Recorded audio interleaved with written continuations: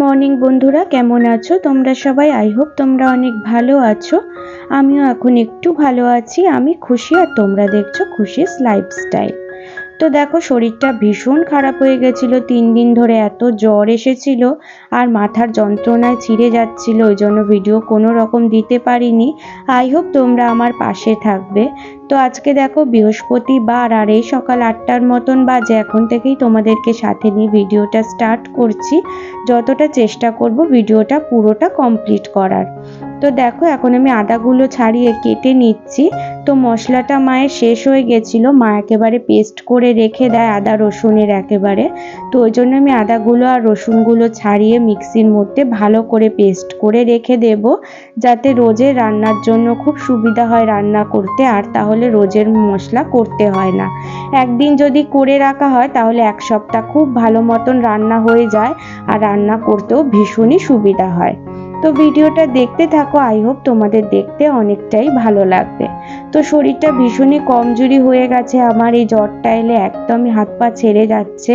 আর প্রেশারটাও 2-3 দিন ধরে এত লো হয়ে যাচ্ছে, কি বলবো, ওপরে 100 নিচে 60 এরকমই রয়েছে প্রেশারটা। তো হাত পাও ভীষণই কাঁপছে, তাই জন্য কোনো রকমই কাজকর্ম করতে পারছি না। আর মায়ের বাড়িতেই আছি এখনো পর্যন্ত, এতটাই শরীর খারাপ। তাই জন্য মা বলছে যে একটু থেকে যা, কদিন সুস্থ হয়ে গেলে তারপরে চলে যাবি। তো এখন জ্বরটা আর আসেনি কালকের থেকে, তো মনে হচ্ছে একটু সুস্থ হয়ে যাব। তো যাই হোক, সুস্থ হয়ে গেলেই বাড়ি চলে যাব। আর এই যে দেখো, মশলাটা আমার হয়ে গেছে পেস্ট করা। এই রকমভাবে একটা কন্টেনারের মধ্যে রেখে দিয়ে ফ্রিজের মধ্যে রেখে দেব। আর মা তাহলে রোজ রান্না করার সময় একটু একটু করে নিয়ে ব্যবহার করলে রান্না করতে তাড়াতাড়ি হয়ে যাবে। তো মাত্র 30 মিনিট সময় দিলে অপরিষ্কার জিনিসগুলো কিভাবে পরিষ্কার করা যায় সেটাই তোমাদের আজকের ব্লগে আমি শেয়ার করব। তো শেষ পর্যন্ত ভিডিওটা দেখতে থাকো স্কিপ না করে, আই হোপ তোমাদের ভালো লাগবে। তো এই যে দেখো, কন্টেনারটা আমি ফ্রিজের মধ্যে এবারে রেখে দেবো।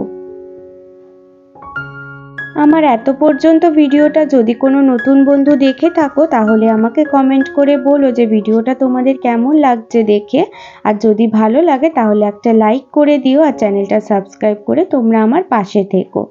তো দেখো, মিক্সার মেশিনটা যেহেতু বাইরেই থাকে সব সময়তে, সেই জন্য অনেকটাই নোংরা হয়ে গেছিল।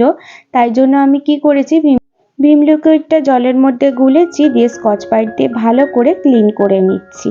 পরিষ্কার থাকলে দেখবে ভালো লাগে, আর যেহেতু এটা বাইরের ঘরের মধ্যেই থাকে তাই জন্য লোকজন এলে পরিষ্কার দেখলেই জিনিসটা ভালো লাগে বেশি।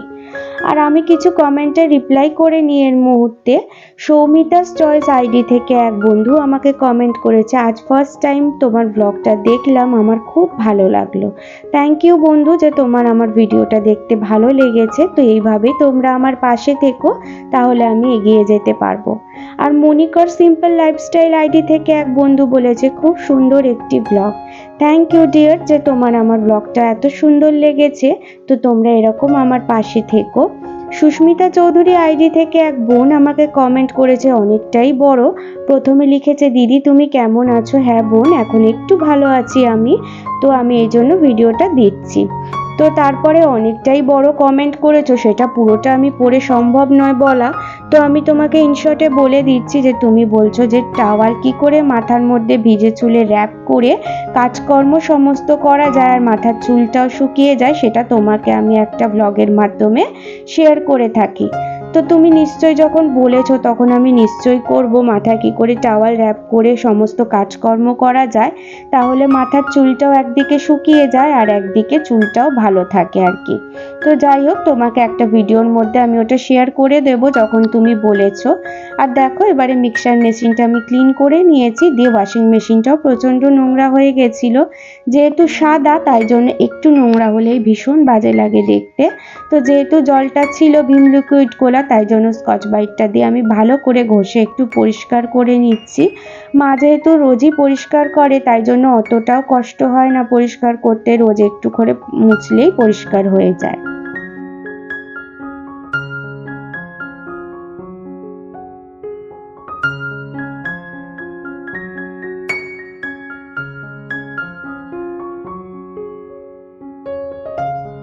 আর আর জানো তো বন্ধুরা, শরীর খারাপ হলে কাজকর্ম করতে একদমই মন চায় না। আর যেহেতু মায়ের বাড়ি আছি সেই কারণে একদমই কাজ করতে এনার্জি লাগছিল না, এত শরীর খারাপ লাগছিল। আর মাও বারবার বলছিল যে তুই শুয়ে থাক, কিছু কাজ করতে হবে না।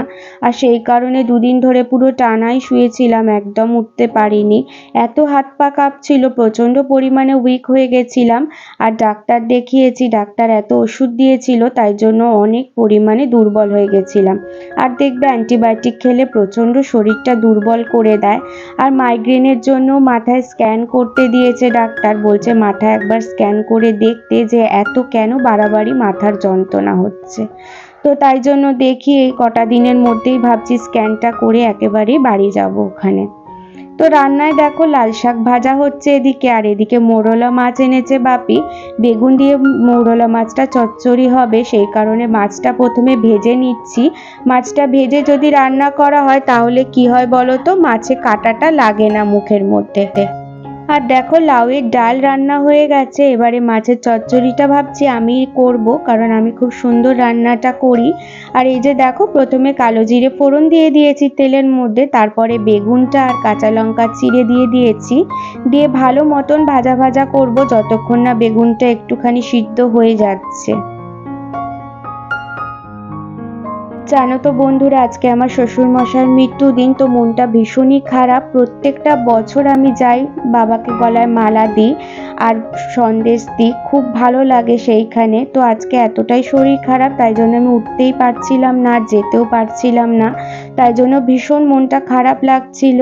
তো যাই হোক, মা বলছিল বিকালে যাবে, যদি যাই বলবো মালা মিষ্টি নিয়ে যেতে, আমার হয়ে একটু মালা দিয়ে দিতে, তাহলে আমার মনটা একটু ভালো লাগবে। আর দেখো পেঁয়াজটাও আলাদা করে ভেজে রাখা ছিল, সেই পেঁয়াজটাও দিয়ে দিলাম, দিয়ে নাড়াচাড়া করব অনেকক্ষণ ধরে। তারপরে একে একে ইনগ্রিডিয়েন্টসগুলো দিয়ে দেব, যেগুলো বেসিক মশলা আছে। যেমন ধরো এই যে নুনটা দিয়ে দিলাম আমি পরিমাণ মতন, তারপরে আমি দেব হচ্ছে হলুদ গুঁড়ো, আর দিয়েছি হচ্ছে সামান্য কাশ্মীরি লঙ্কার গুঁড়ো, যাতে রঙটা একটু দেখতে ভালো হয়।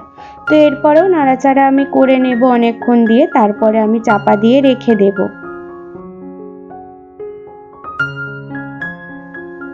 তো এরপরে দেখো মাছটাও আমি অ্যাড করে দেব, দিয়ে আবার নাড়াচাড়া করে চাপা দিয়ে রেখে দেব। কোনো রকম জল দেব না, যাতে চচ্চড়িটা ভালো মতন হয় খেতে। জল বেরিয়ে গেলে একদম ভালো লাগবে না খেতে, তাই জন্য চাপা দিয়ে হয়ে যাবে রেডি।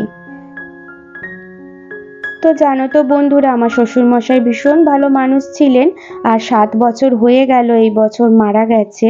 দেখতে দেখতে 7টা বছর কেটে গেল। তো প্রচণ্ড আমাকে ভালোবাসতেন, বিয়ের আগে থেকেই ফোনে কথা হতো ওনার সাথে, কিন্তু আমাদের বিয়েটা আর দেখে যেতে পারলেন না।